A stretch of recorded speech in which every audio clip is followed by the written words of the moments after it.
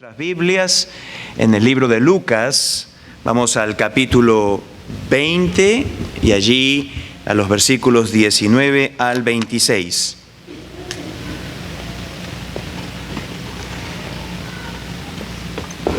Ok, aquí tenemos una ligera... ¿Cómo? ¿Cambiamos? Listo. Una ligera falla allí. Voy a probar este ahora. Vamos a ver si con este va mejor. Parece que hasta el momento sí. Veamos. Sí, esta sí parece que va a soportar el peso. Vamos a Lucas 20. Permítanme leer allí una vez más la porción que tenemos por delante. Antes de ello, permítanme orar. Les pido que me acompañen, pidiéndole al Señor su bendición para este tiempo de exposición de la palabra. Padre, venimos a ti ahora con un corazón agradecido para pedir, Señor, que nos concedas la bendición de poder entendimiento en este pasaje que vamos a ver, que las lecciones que hay aquí puedan ser para nutrir nuestras almas, para enseñarnos más acerca de cómo se desarrollaron los eventos que llevaron a la muerte sustitutoria del Señor Jesús en lugar nuestro en aquella cruz. Pero también las lecciones y las enseñanzas que el Señor Jesús fue dejándonos, pues sirven como el fundamento sobre el cual luego los apóstoles edifican, dándonos todo ese cuerpo doctrinal tan necesario para saber cómo conducirnos mientras dure nuestra peregrinación aquí en la tierra. Imploramos pues que tú nos ayudes, que sea un tiempo bendecido, y también pidiéndote, Padre, que obres en las mentes y corazones de aquellos que están aquí, que aún no tienen la salvación, para que tú les salves. En el nombre de Jesús, amén. Dice el pasaje: procuraban los principales sacerdotes y los escribas echarle mano en aquella hora, porque comprendieron que contra ellos había dicho esta parábola, pero temieron al pueblo. Y acechándole enviaron espías que se simulasen justos a fin de sorprenderle en alguna palabra, para entregarle al poder y autoridad del gobernador. Y le preguntaron diciendo: Maestro, sabemos que dices y enseñas rectamente y que no haces acepción de personas, sino que enseñas el camino de Dios con verdad. ¿Nos es lícito dar tributo a César o no? Mas él, comprendiendo la astucia de ellos, les dijo: ¿por qué me tentáis? Mostradme la moneda. ¿De quién tiene la imagen y la inscripción? Y respondiendo dijeron: de César. Entonces les dijo: pues dad a César lo que es de César y a Dios lo que es de Dios. Y no pudieron sorprenderle en palabra alguna delante del pueblo, sino que, maravillados de su respuesta, callaron. El mensaje de hoy lo he titulado Un plan malévolo para atrapar al Señor Jesús. Un plan malévolo para atrapar al Señor Jesús. Y mire, algunas de estas cosas ya las sabemos, ya las hemos escuchado, pero es necesario que conforme avanzamos en nuestro estudio de Lucas, traigamos a memoria algunas de las cosas que hemos nosotros ido aprendiendo en el camino. Y sabemos que los líderes judíos odiaban al Señor Jesús. El odio que ellos le tenían era profundo, era un odio profundo. Varios de ellos, desde hace ya años, si usted se recuerda yendo al capítulo 6 de Lucas, varios de ellos ya desde hace años querían deshacerse de Jesús. Pero ahora, habiendo entendido que el Señor había dicho públicamente una parábola, la de los labradores malvados, y esta parábola había sido contra los líderes, ya no podían esperar más. Jesús, en la mente de ellos, tenía que morir, y tenía que morir ya mismo. Pero tenían que tener cuidado, pues Jesús era aún muy popular ante las masas. Es más, póngase a pensar, haber hecho algo públicamente hubiese sido a los ojos del pueblo un cumplimiento de la parábola de los labradores malvados, donde el Señor dijo que iban a matar al hijo del dueño de la viña. En la opinión de los líderes, quienes consideraban como ignorantes a las masas, pues ellos pensaban que las masas decían de Jesús y creían de Jesús que Jesús era un gran maestro, que Jesús era un gran profeta, incluso que Jesús era el Mesías político y militar que podría librarlos de Roma. De una o de otra, los líderes sabían que para deshacerse de Jesús tendrían que hacerlo con mucho cuidado. Es así que ellos usan de todo su perverso ingenio para idear un plan de forma que puedan atrapar a Jesús y así librarse de él. Y este plan fue cuidadosamente hecho, pero a su misma vez fue hecho muy rápidamente. Su plan debía de lograr dos objetivos que ellos tenían muy claros ya para este instante. Primero, tenían que desprestigiar a Jesús ante las masas. Era importantísimo que ellos desprestigiasen a Jesús ante las masas. Y segundo, tenían que ver que entregar a Jesús al poder y a la autoridad del gobernador y así sacar fuera de circulación a Jesús y deshacerse de él de una vez por todas. Ahora, no era algo fácil, pues desprestigiar a Jesús ante las masas, ante quienes él era aún popular, requería cambiar la opinión popular de cientos de miles de personas en una forma muy, muy rápida. Recuerden que solo un par de días atrás, el día lunes muy probablemente, las masas, miles, cientos de miles de ellos, empezaron a aclamar cuando Jesús venía sentado sobre el pollino, empezaron a aclamar: Hosana el que viene en el nombre de David. La opinión popular de Jesús era de aceptación, era positiva. Él tenía el apoyo de las masas. Y éstas habían aclamado al Señor Jesús citando parte de los salmos. Recuerden que para ellos Jesús podría ser el Mesías político militar que podría traerles a ellos la liberación del poder de Roma sobre ellos. El Mesías que ellos esperaban. No el Mesías bíblico, pero el Mesías que ellos habían hecho en su propia imaginación. Ahora, ¿cómo puedes tú cambiar con rapidez la opinión positiva que tienen cientos de miles de personas acerca de una persona y la vuelves en una opinión negativa? Bueno, la respuesta es la siguiente. Tienes que encontrar algo que esos cientos de miles de personas detesten, aborrezcan con toda su alma y hacer entonces que Jesús se exprese acerca de ese asunto en forma contraria a lo que las masas piensan. Pero, ¿y qué si Jesús piensa igual que las masas? Bueno, entonces el mismo asunto tiene que ser como una espada de doble filo. Tiene que ser alguna cosa que por otro lado meta a Jesús en problemas con las autoridades romanas y que fuerce que las autoridades romanas pues actúen, lo capturen y de esa forma, capturando a Jesús, arrestando a Jesús, les desprestigiarían ante las masas, ya que si Jesús fuese en realidad el Mesías, sería imposible, en el concepto que las masas tenían, sería imposible que el poder romano pueda estar sobre el poder del Mesías. Recuerden lo que ellos pensaban en sus mentes acerca de quién sería el Mesías. El Mesías en la mente de ellos sería alguien que aplastaría el poder de los romanos para liberarlos.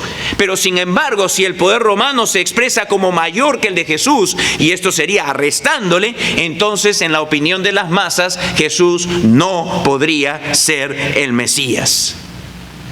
¡Qué plan tan malévolamente ingenioso! malévolamente ingenioso. Los líderes verdaderamente debieron de haber pensado, ellos se dieron un high five cuando vinieron con la conclusión de ese plan y ellos dijeron, ahora sí, ya tenemos a Jesús entre la espada y la pared.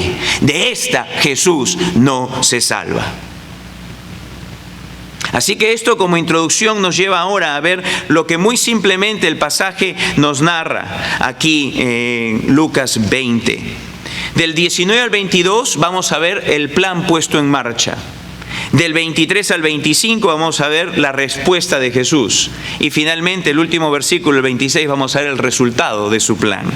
Veamos pues al plan puesto en marcha, versículos 19 al 22. Dice, procuraban los principales sacerdotes y los escribas echarle mano en aquella hora. Recuerden, acaba de terminar de decir la parábola de los labradores malvados. Se acaban de dar cuenta que ellos son los labradores malvados, ¿ok?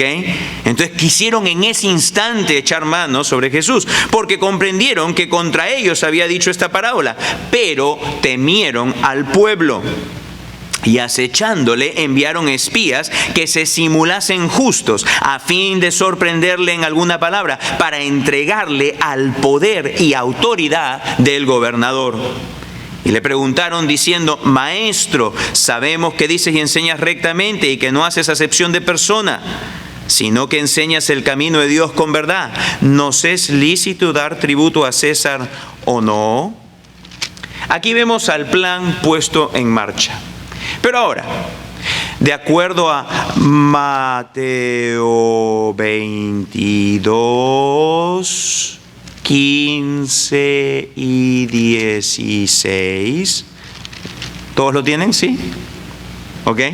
Mateo 22, 15 y 16 dice así: entonces se fueron los fariseos y consultaron cómo sorprenderle en alguna palabra, y le enviaron los discípulos de ellos con los herodianos, diciendo, Maestro, sabemos que eres amante de la verdad y que enseñas con verdad el camino de Dios y que no te cuidas de nadie porque no miras la apariencia de los hombres. Dinos, pues, ¿qué te parece? ¿Es lícito dar tributo a César o no?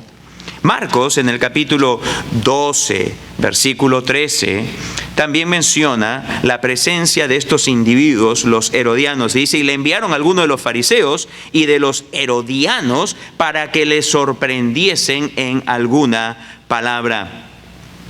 Dice aquí entonces, cuando ponemos Mateo, Marcos y Lucas, de que fue un grupo compuesto de fariseos y de herodianos. La pregunta que tenemos para nosotros es, ¿quiénes son estos individuos? Los herodianos. Hemos visto a los fariseos, hemos visto a los saduceos. Los fariseos, recuerdan, son, si el judaísmo del tiempo de Jesús era la ortodoxia doctrinal, no es verdad, ¿ok? El judaísmo que enseñaban los fariseos era falso, era contrario a los escritos de la Escritura, de la Biblia. Pero los fariseos, se podría decir, eran los ortodoxos del judaísmo. Ellos eran los conservadores religiosos porque ellos se aferraban a ese judaísmo. Si los fariseos eran los conservadores, los liberales eran los saduceos. Pero algo común entre los fariseos y los saduceos era que eran ambos relacionados a la religión. Pero había un tercer grupo que era el de los herodianos. Y este era un grupo meramente político. Le importaba un bledo la religión. Ellos eran un grupo de personas que apoyaban la dinastía de los Herodes, habiendo empezado con Herodes el Grande y luego los hijos de Herodes, para que cuando muere Herodes el Grande toman control político de la tierra de Palestina. Ellos eran políticos y, como les digo, no les importaba un bledo nada con respecto a la religión. Ellos eran personas que se adaptaban a Roma mientras que Roma afirmase el gobierno de los hijos de Herodes. En realidad, la historia nos dice que los herodianos eran archienemigos de los fariseos y también de los saduceos. No se podían ver ni en pintura. Los detestaban. ¿Por qué? Porque ellos eran religiosos, sea que sean conservadores o sea que sean liberales. Ellos les importaba un bledo la religión. Detestaban a los fariseos y detestaban a los saduceos. Pero sin embargo, se les ve aquí que se alían junto con los fariseos y se alían junto con los saduceos. Estos archienemigos se juntan. ¿Por qué? Porque tienen algo en común. Tienen el archienemigo en la persona de Jesús. ¿Por qué? Porque ellos también ya estaban prestando ojo que lo que estaban viendo acerca de Jesús, ellos lo evaluaban desde su punto de vista político y decían: Jesús nos es una amenaza. Jesús nos es una amenaza para que continúe la dinastía de los hijos de Herodes el Grande. Una amenaza directamente contra nosotros. Y entonces, pues, hacen su aparición aquí los herodianos. Y sabe que estaba pensando en esto, y es muy posible que ellos fueron invitados a tomar parte en todo esto por dos razones también en particular. Ellos tenían un interés en tomar parte de ello, pero ¿por qué fueron invitados? ¿Por qué fue que los fariseos y los saduceos y todos los líderes, los escribas, por qué fue que invitaron a los herodianos a tomar parte en todo este plan? Bueno, en primer lugar, creo que fue para hacer creíble la obra teatral que hicieron delante de Jesús. Pues como vamos a ver en un instante, lo que hicieron fue un teatro.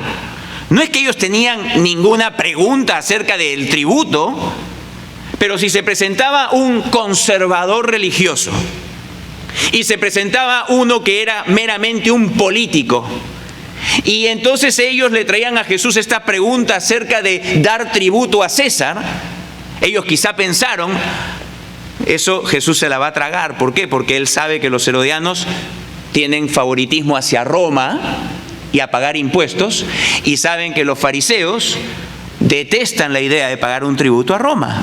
Y entonces, si viene un fariseo y viene un herodiano con una cuestión entre ellos, Jesús se la va a tragar de que esto es una pregunta real que ellos tienen. Entonces es posible que ellos dijeron en su trama, en su plan malévolo de cómo hacer para atrapar a Jesús, de que dijeron: esta es la mejor forma para hacerlo. Pero en segundo lugar,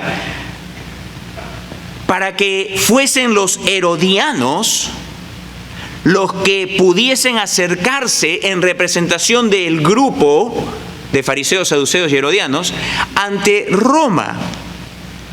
Puesto que los romanos, por otro lado, sabían que los fariseos son religiosos, los saduceos son religiosos, pero no los herodianos. Y los romanos, en este caso, en su gobierno, los únicos que les interesaba era hacer las cosas muy pragmáticamente. Muy pragmáticamente, hay que administrar. Acá tenemos un pueblo que es revoltoso, estos judíos que por ahí por allá, tenemos que mantener pues todas las cosas en calma.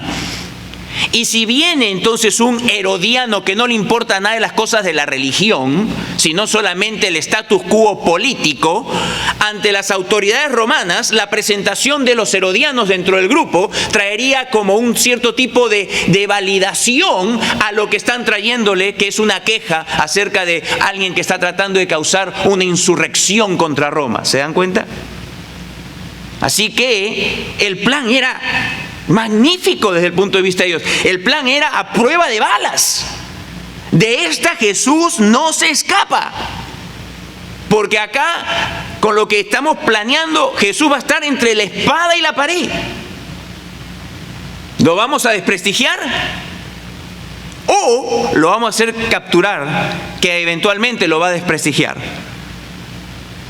Así que de esta Jesús no se salva. Por eso le digo, es que ellos se dieron un high five. ¡Wow! ¡Qué excelente plan hemos maquinado acá para librarnos de este Jesús ahora!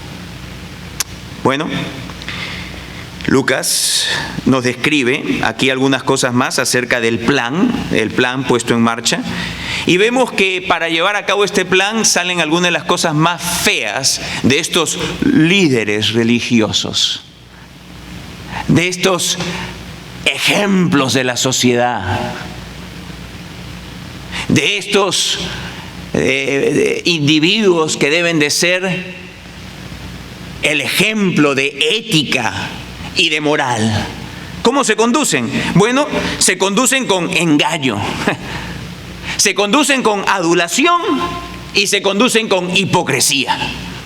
Todo eso lo vemos aquí. Engaño, adulación e hipocresía. Procuraban ellos, pues, dice el versículo 1, atrapar a Jesús. Y entonces, dice, versículo 2, enviaron espías que se simulasen justos. Todo fue un teatro. Todo fue un engaño.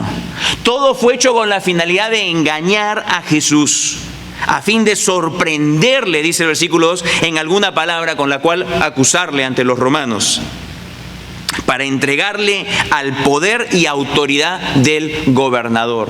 Y es interesante las palabras que utiliza Lucas, porque quiere recalcar acá el poder y la autoridad del gobernador romano por sobre la falta de autoridad y poder de este supuesto falso Mesías. Recuerden que eso es lo que ellos querían lograr, descalificar a Jesús ante los ojos de las masas. Y le preguntaron diciendo, todo un engaño, maestro, sabemos, y acá viene la adulación, sabemos que dices y enseñas rectamente y que no haces acepción de personas. Esto ellos lo han debido decir, pero con un desprecio único, porque si ellos en realidad, una vez más, hubiesen sido sinceros en lo que estaban diciendo acá, pues hubiesen seguido lo que Jesús decía.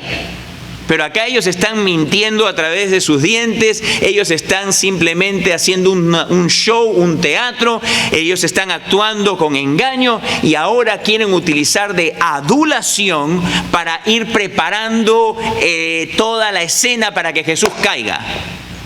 Básicamente lo que quisieron fue elevar el ego de Jesús por medio de la adulación. El libro de Proverbios describe de que el adulador viene y lo que busca es que con sus palabras lindas que te dice, ¿sabes qué? Tú eres así, tú eres asá, y te levanta, te está inflando el ego con la finalidad de luego tenerte ya ahí donde quiere para hacerte caer.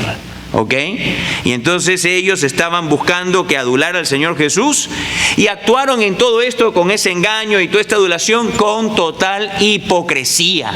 Porque dicen, sabemos que tú eres un gran maestro, sabemos que tú enseñas rectamente, sabemos, es más, que tú no haces acepción de personas. Lo que quiere decir ahí es que tú no cambias tu posición viéndole la cara a los demás. Es decir, hay personas que dependiendo de cómo reacciona la persona, uno se guarda decir una cosa, se guarda decir otra cosa, pero sabemos que tú no eres así. Sabemos que a ti no te influencia el rostro que alguien pueda poner. Tú eres recto, tú eres, por decir así, como algunos de ustedes se jactan, que dicen las cosas como las sienten. ¿De acuerdo? Tú eres así, le dijeron a Jesús. Y ya dijeron, con esto acá Jesús va a caer. Jesús va a caer. Y entonces, le tiran la pregunta. Después que lo engañaron, después que lo adularon, después que actuaron hipócritamente, entonces ahí, cuando ellos piensan que ya está preparado para que dé el paso en falso, entonces le lanzan la pregunta. Y con esta pregunta pensaban lograr los objetivos que mencioné en la introducción. Y la pregunta es muy simple, ¿nos es lícito dar tributo a César o no? Y como les digo, fariseos, herodianos, los herodianos decían, sí, por supuesto, porque es para bienestar de la nación, nos conviene, Roma nos ha traído beneficios, que por aquí y por allá, bla, bla, bla, bla. Y los fariseos traían su perspectiva teológico-religiosa y decían, no, porque nosotros somos pueblo de Dios, somos descendientes de Abraham, somos pueblo, nosotros no debemos de ser de ninguna forma esclavos, nosotros somos cabeza, no somos cola, etcétera, etcétera, etcétera. ¿Ok? Y entonces, pues, presentan la pregunta. Ahora déjeme decirle un poco del contexto, el trasfondo detrás de la pregunta.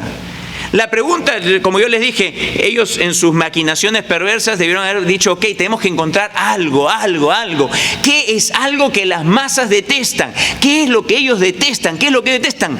Y lo que venía a mente, lo que estaba así bien enraizado en la mente de los judíos era el pago del tributo a Roma. Pagar impuestos. Eso sí me saca de quicio, decían los judíos. Pagar impuesto para sostener a ese Pilato sinvergüenza de... Pagar impuestos. ¿Cómo detestamos eso?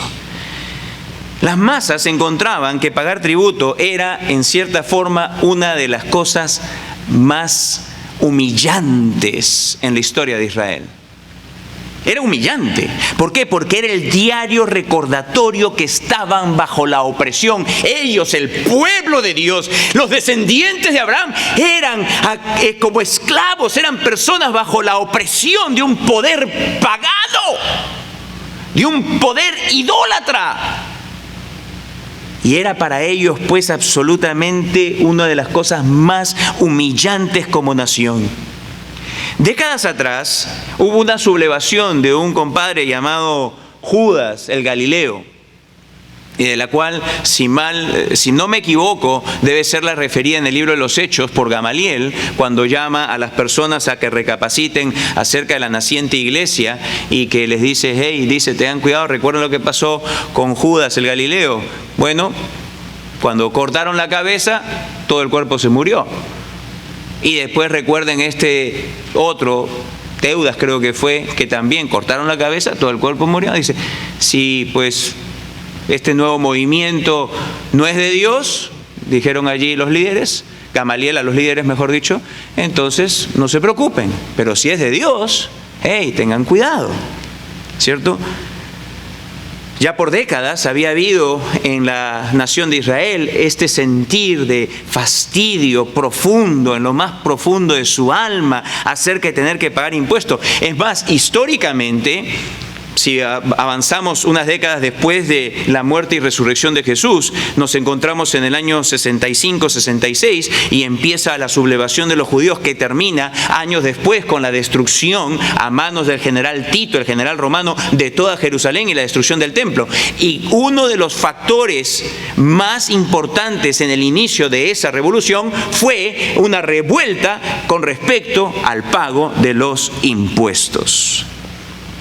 Estaba allí en la sangre de los judíos, les servía la sangre pensar que tenían que estar pagando impuestos. Entonces ellos creyeron, los líderes, ya ahora sí, ya tenemos a Jesús aquí entre la espada y la pared, porque si Jesús, ellos se les hacía agua a la boca de pensar esto, si Jesús dice que no debe de pagarse impuestos, pues le preguntaron, ¿es lícito, debemos de pagar impuestos o no debemos de pagar impuestos? Y si Jesús dice, sí debemos pagar impuestos, las masas se van a volver contra Él. Se van a volver contra Él. Lo vamos a desprestigiar y nos libramos así de Jesús. Por otro lado, si dice que no, vamos inmediatamente donde el gobernador romano y le decimos, aquí tienes un problema que tienes tú que solucionar, porque acá hay alguien que quiere causar una insurrección contra Roma. Y ahí estarían los herodianos, que serían creíbles en su versión de que hay alguien que quiere causar una insurrección bajo el gobierno romano. Así que los líderes pensaron, como les digo, Jesús, baby, count your days, because it's over. Acá se te acabó el tiempo.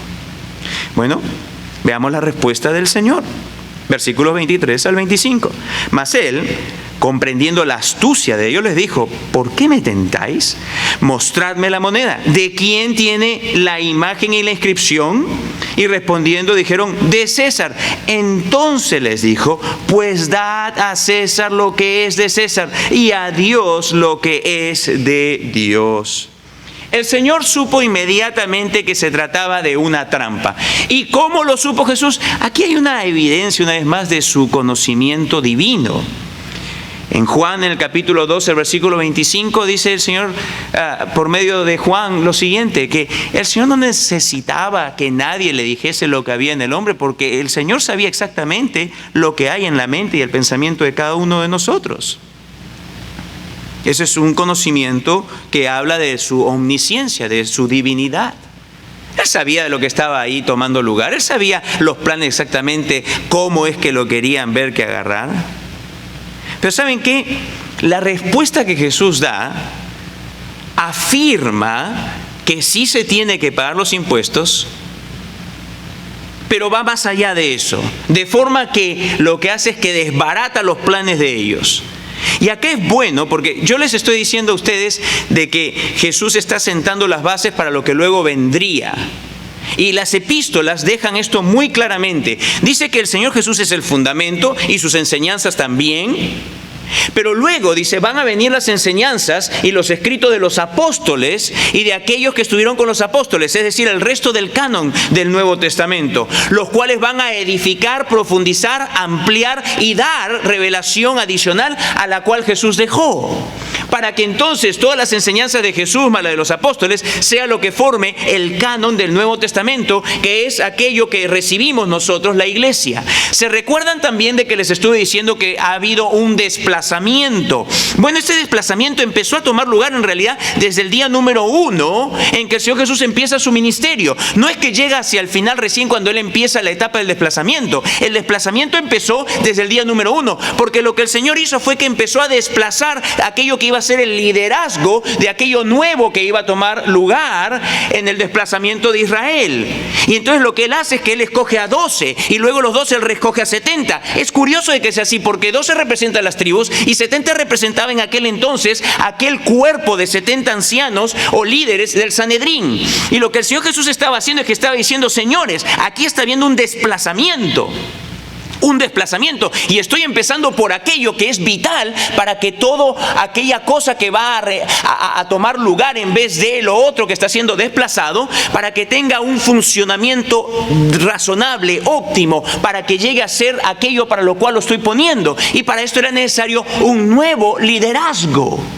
Y por eso es que el libro de los Efesios más adelante dice que nosotros somos edificados, la iglesia, sobre el fundamento que Jesús y sobre los profetas y sobre los apóstoles que siguieron allí en aquella etapa de transición para luego continuar con la obra de los evangelistas y los pastores maestros para la obra del reino por medio de la iglesia. El desplazamiento empezó desde el principio,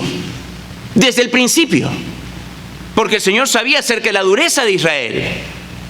Y sabía que no había marcha atrás en esa dureza. Todo había sido claramente profetizado. Todo había sido claramente deletreado por parte de Dios.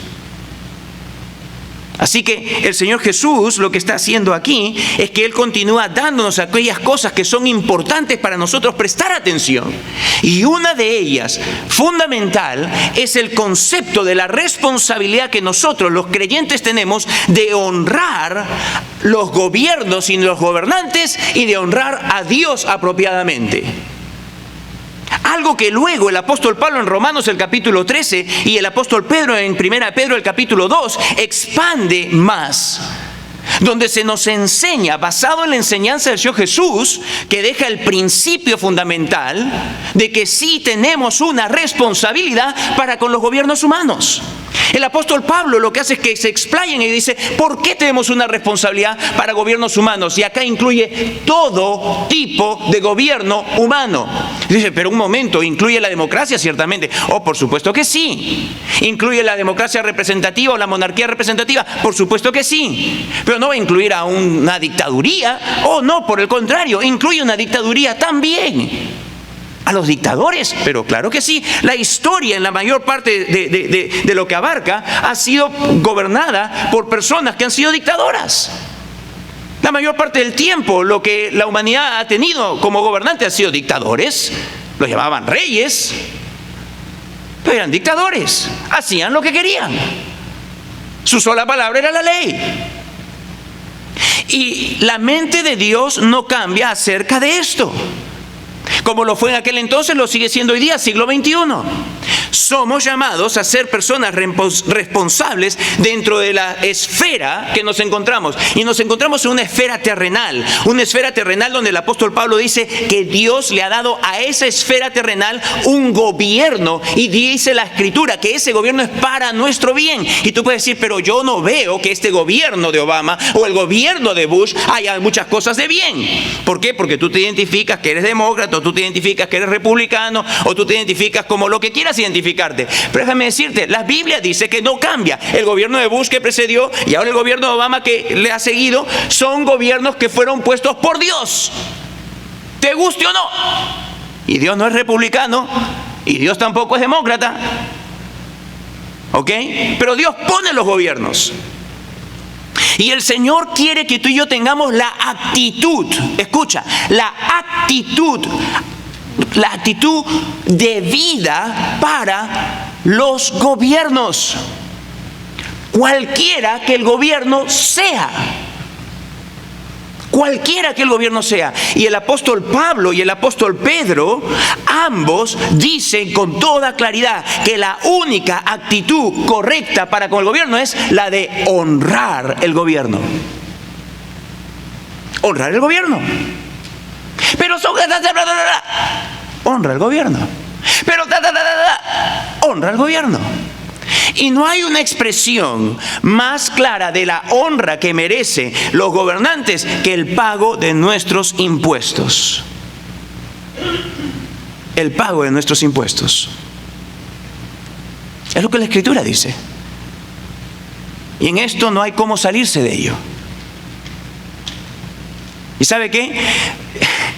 Levante la mano al que le gusta pagar impuestos. ¡Wow! ¿Cuántas manos? ¿Ah? ¿Cuántas manos? ¿Ah? Pastor Juan Carlos está levantando así su dedito nomás. Ni eso, ni eso. ¿Sabe usted? Teológicamente, pagar impuestos trae bendiciones. Porque es una obediencia a nuestro Señor. Quizá usted no lo ha visto así. Quizá usted no lo pensó, usted pensó cuánto le quita el gobierno y para hacer tantas porquerías que hacen los gobiernos, ¿cierto? Así es como pensamos usualmente. Fulano de tal que es un sinvergüenza, ese Bush, ¡ah! ¡No metió a la guerra! Obama, ¡ah! Enemigo, musulmán, que por aquí, que por allá.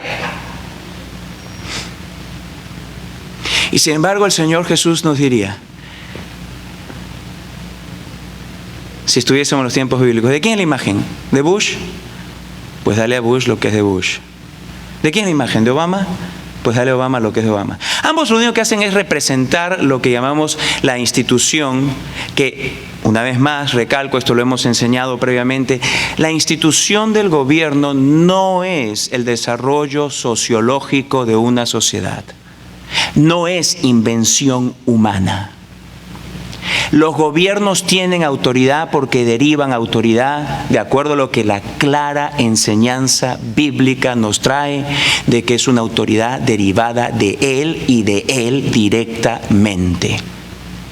Y los gobiernos tienen, aún los más corruptos, un beneficio porque ayudan, aunque ellos a veces participan en la corrupción, lo sé, pero de todas maneras tienen la ayuda de traer un orden, principalmente un orden en la sociedad. De otra forma, amados, es anarquía total. Anarquía total. Y déjeme decirle que nadie quiere anarquía total. Nadie quiere anarquía total. Así que tiene un propósito benéfico. La Escritura lo describe muy claramente. Dice que debe ser para castigar al que hace lo malo. Y es por eso que robar es penado y matar es penado y hacer todo este tipo de cosas que están enraizados en la misma ley de Dios básicamente es penado. Y las autoridades, los magistrados, los jueces, los representantes, los gobernantes del poder ejecutivo, legislativo y judicial tienen como responsabilidad básica esa. Y ahí nosotros creemos que el gobierno principalmente lo que tiene que hacer es asegurar nuestro retiro. ¿Ah? Votamos muchas veces, hola, escúchenme, votamos muchas veces para ver si es que este gobierno nos va a dar nuestro retiro o no, o si nos va a dar más goodies. En vez de tener una perspectiva bíblica del gobierno, en la cual busquemos, ya que tenemos ese privilegio muy único nuestro en este tiempo, de poder votar por nuestros gobernantes, de aquellos que van a hacer lo que Dios les está encomendando que hagan. ¿Se da cuenta? Hay ignorancia, amados, en el pueblo evangélico con respecto a la institución del gobierno. Hay ignorancia masiva.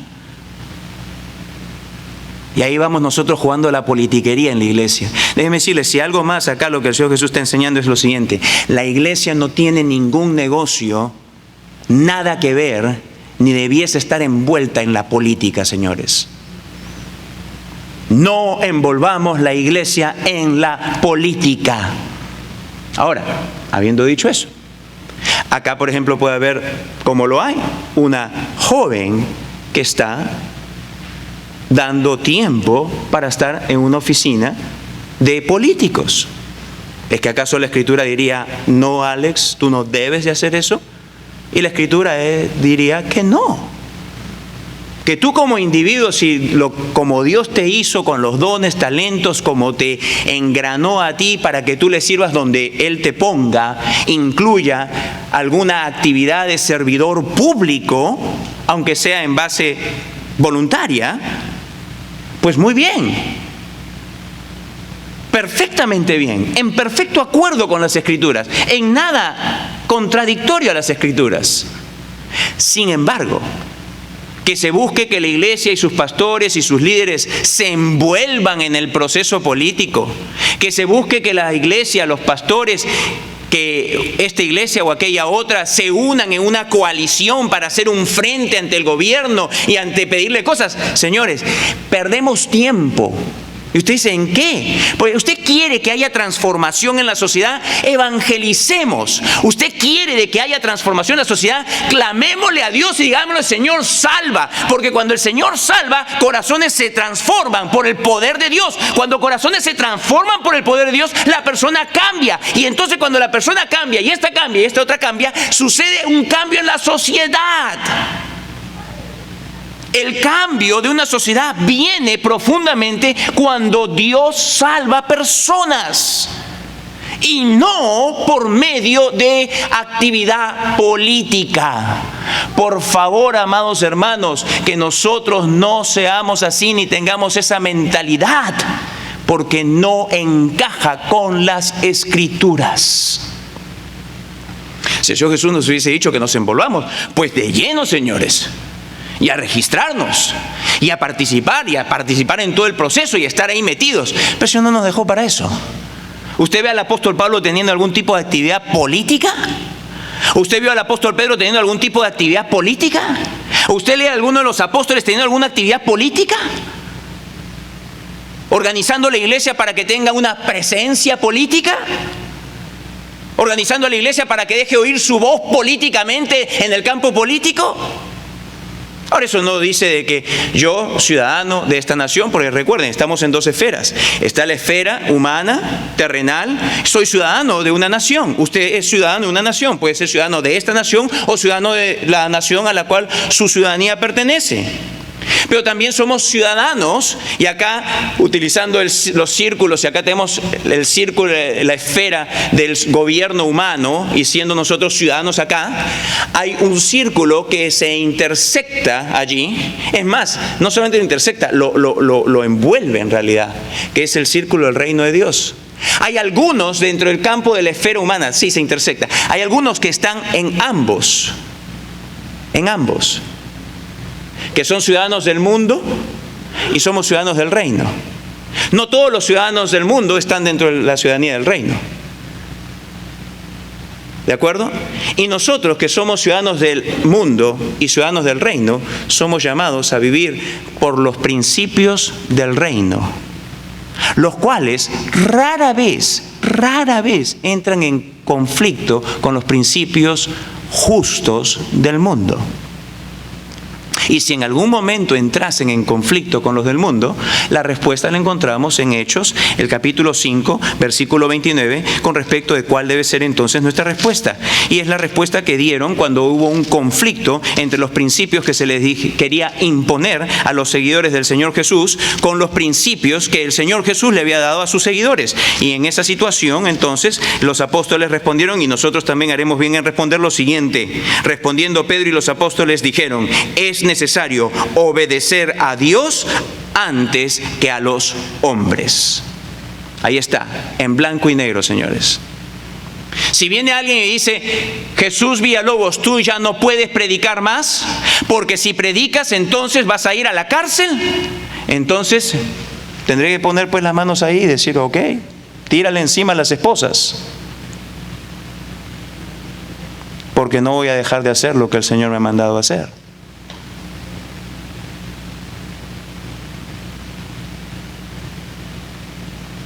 Si el gobierno viene y me dice que haga algo que es claramente contra la palabra de Dios, soy llamado a obedecer a Dios y su palabra y no la palabra de los gobernantes humanos. Y el Señor Jesús, por medio de esto va más allá de solamente pagar impuestos, señores.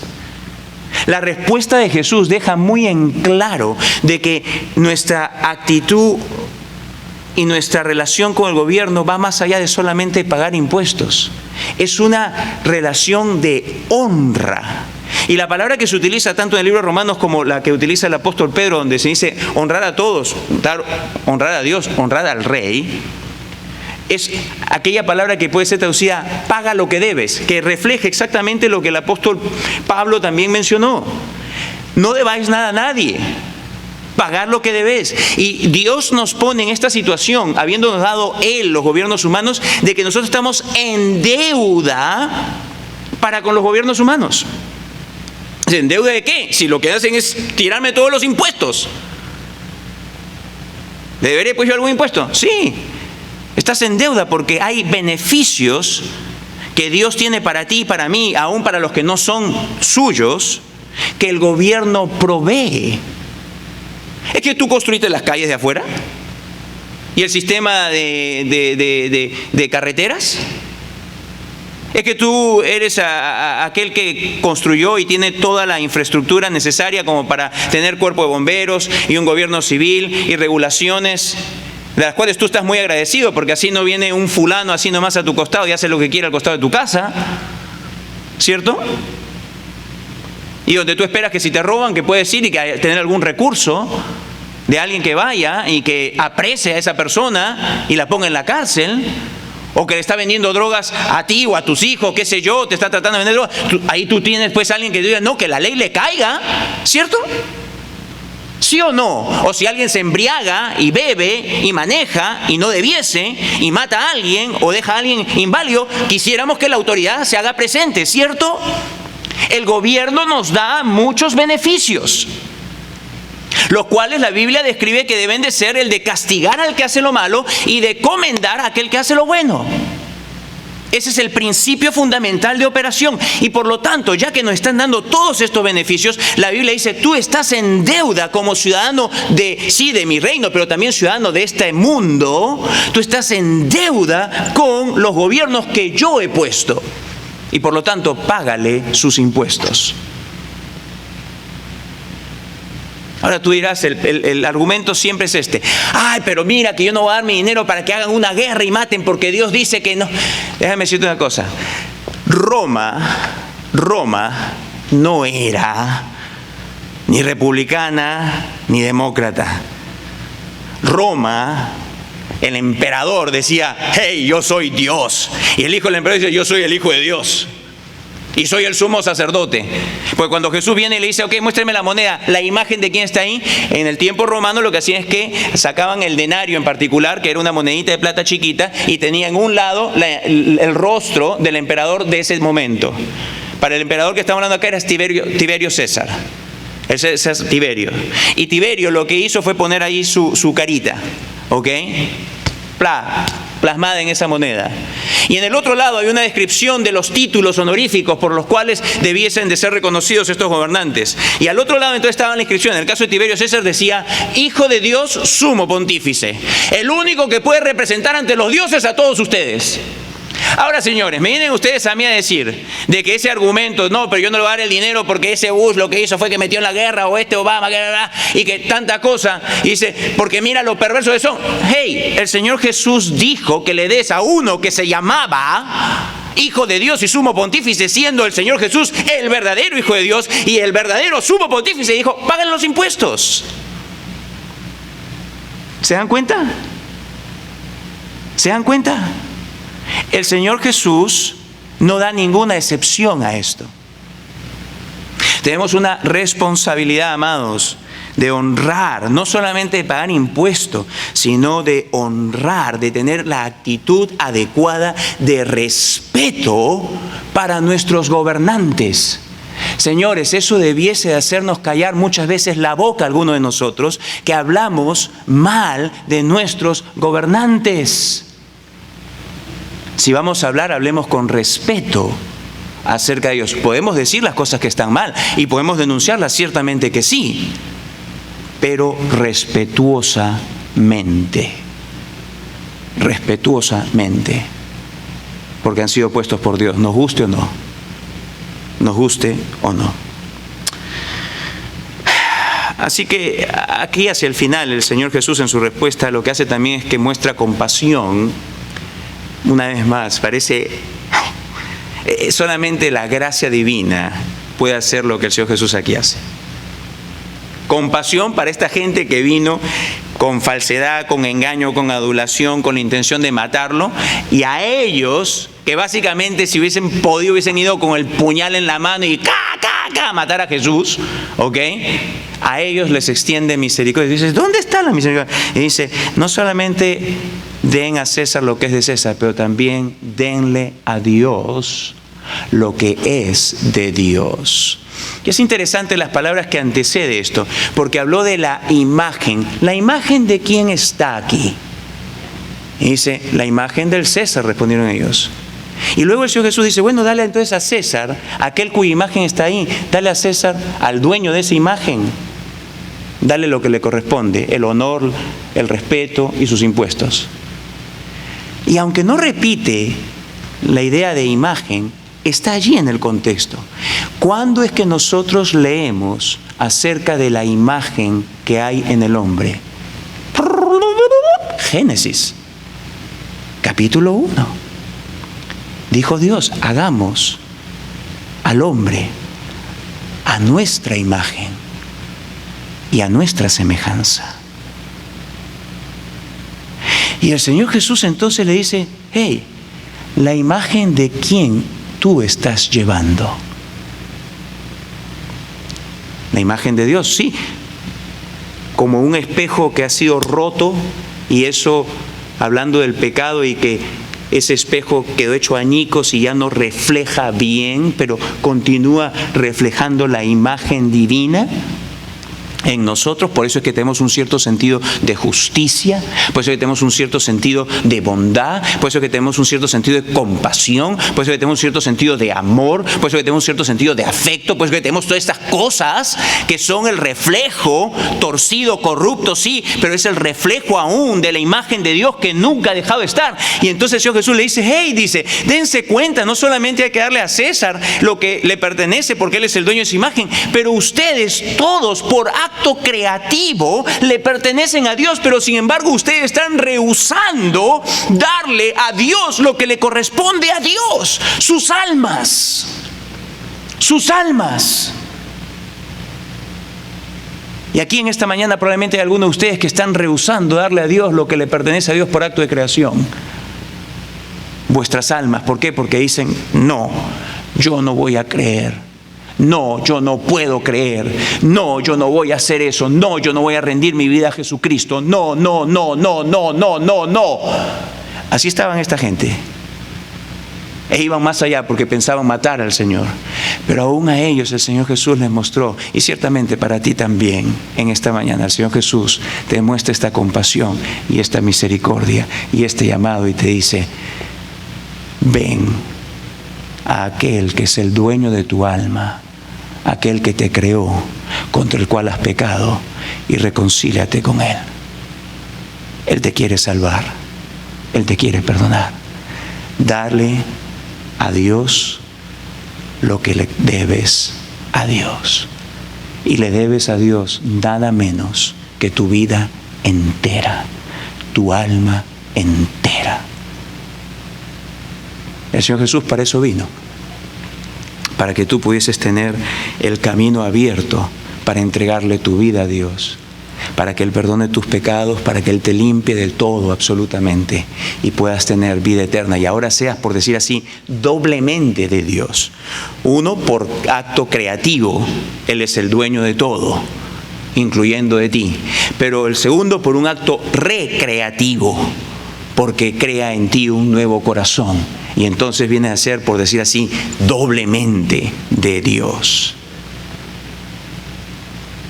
Así que la invitación es extendida a ti por el Señor Jesús mismo, quien te llama tiernamente. ¿Cuál fue el resultado finalmente? Bueno, el versículo 26 dice lo siguiente. Dice, y no pudieron sorprenderle en palabra alguna delante del pueblo. Ahora sí lo tenemos a Jesús entre la espada y la pared. Ya. No pudieron.